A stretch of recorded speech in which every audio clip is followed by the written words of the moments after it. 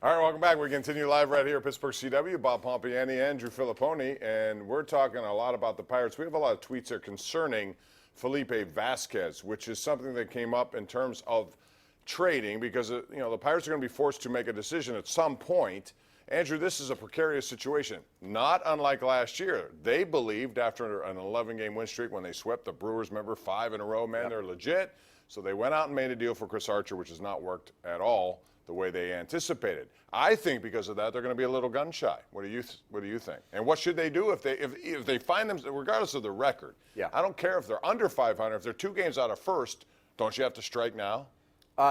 Given their position right now in the standings, they definitely can't sell. I know they're under 500, 38 and 43 is not a record that makes you think that they're primed for a run into the playoffs, and I'm not predicting that or hypothesizing that they're going to be a playoff team. However, when you're 5 games out of first place, you can't look at yourself as a team that has a for sale sign out on the front lawn, and that means that even guys on 1-year contracts like Corey Dickerson, Bob, I'm not really open to the idea of moving on from them right now. So as long as they are within shouting distance of first place, I don't think you can field offers on Felipe Vasquez because if last year sent a message to the fans that you were going to try to go for it, getting rid of those players now I think would do the exact opposite. I think the optics would be terrible to the fan base. And also, how about the players in that locker room? If you traded Felipe Vasquez tomorrow, why should those guys care? Why should they try? Because they would know that the organization doesn't have faith or belief in them to compete for a playoff spot. Gary Morgan on Twitter, at KDPomp, at The Pony Show, says, I'm adamant they should not move Felipe. But this Dodger rumor mill, if they can truly get some of their packages that I've seen, it'd be hard to say no. And that's what I talk about. If it's an offer you can't refuse, because they do have a loaded system, I think I would have. But even right now, Bob, when you're 5 games out of first place, if the Dodgers said, here's Urias, the guy who's thought to be a very good starting pitcher but is stuck in their bullpen because their rotation is so deep. If they offered him straight up for Vasquez right now, I'd want more.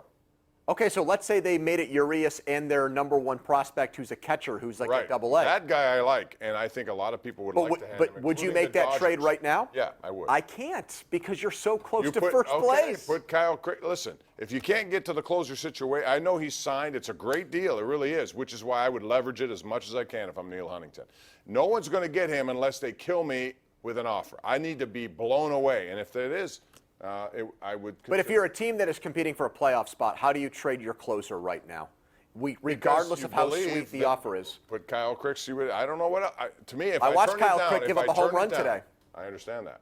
I've seen Vasquez have, even though he's been good this year and should be in the All-Star game, he's also prone at the beginning of the year to giving up home runs. I think they have to wait. And I if understand they fall both out sides of it. I'm just telling you, if you get a big-time offer, you'd hate to say no to it. But I think because of what happened last year, they're not interested in doing that. Let's go to Clint in Altoona. What's up, Clint? How are you? Good. How you guys doing? Good. Thanks. Hey, I really enjoyed that series over the Pirates and Brewers. They were already close games and everything, not very well played. But my complaint, my beef is they didn't get. I know they got Milwaukee played great defense today and robbed them a couple of times, but they didn't get very many good calls. I don't know what's wrong with the umpiring, but I know Crick got squeezed a lot today at the plate. You had, I think I was listening on the radio, I was driving around, and somebody, I forget who it was, supposedly hit a double. They called him safe. They reviewed it, and John Wayner was astounded that they reversed it. Yeah, I was surprised they reversed that, too. Thanks for the call. We're up against it real quick. What do you think about the umpires? I thought the glove went off the finger, but I would agree, very inconsistent umpiring home plate and in the field this week. All right, we got to go to a break. We'll come back, 412-575-2600 on Pittsburgh CW.